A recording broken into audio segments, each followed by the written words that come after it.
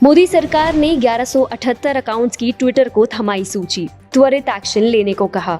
खालिस्तानियों और पाकिस्तान से ऑपरेट हो रहे हैं ये अकाउंट्स। भारत विरोधी ट्वीट्स कर अस्थिरता फैलाने की हो रही है कोशिश। मोदी सरकार ने गेंद ट्विटर इंडिया के पाले में फेंकी।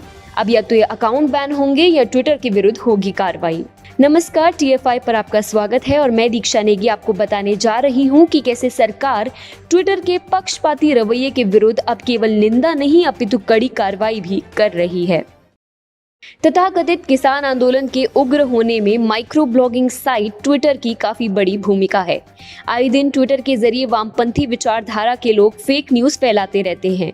वहीं सरकार के कहने पर कुछ अकाउंट्स को ब्लॉक करने के बाद उन्हें दोबारा बहाल करने पर ट्विटर सरकार के रेडार में आ गया था। इसके बाद ही ट्विटर इंडिया की प्रमुख महिमा कौल ने भी अपने पद से इस्तीफा दे दिया है।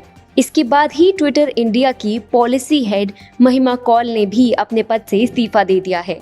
इन सारे प्रकरणों के बीच मोदी सरकार ने ट्विटर को 1178 अकाउंट्स की सूची देते हुए आदेश जारी कर दिया है कि जल्द से जल्द इन सभी अकाउंट्स को ब्लॉक किया जाए, वरना ट्विटर के खिलाफ कड़ी कार्रवाई की जाएगी। किसान आंदोलन को लेकर राजधानी दिल्ली समेत NCR में खूब अराजकता हो रही है। सबसे बड़ी बात यह है कि अराजकता में ट्विटर की भी बड़ी भूमिका है। इसके जरिए लगातार फेक न्यूज फैलाई जा रही है। देश की छवि खराब करने के लिए कई ऐसे ट्विटर हैंडल्स एक्टिव हैं जो खालिस्तान का समर्थन करने के साथ ही साथ देश की सरकार के खिलाफ जहर घोल रहे हैं। इसको लेकर एक बार पहले भी भारत सरकार ने ट्विटर को आदेश दिया था, लेकिन वो ट्विटर ने नहीं माना। वहीं अब मोदी सरकार पहले से ज्यादा सख्त हो गई है और ट्विटर को सख्ती से मॉनिटर भी कर रही है, जिससे कंपनी की मुसीबतें बढ़ सकती हैं।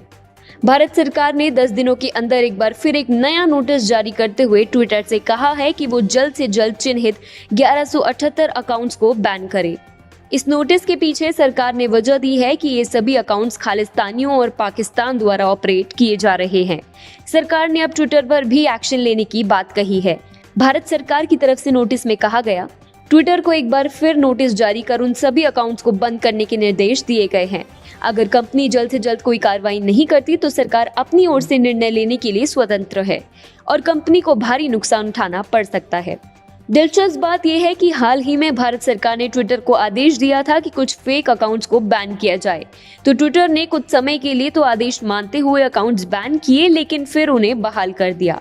इसके ठीक बाद अब ट्विटर इंडिया की पॉलिसी प्रमुख महिमा कौल ने अपने पद से इस्तीफा दे दिया है। उनके इस कदम से फेक न्यूज फैलाने वाले काफी दुखी हैं और वो लगातार महिमा से अपना इस्तीफा वापस लेने की अपील कर रहे हैं।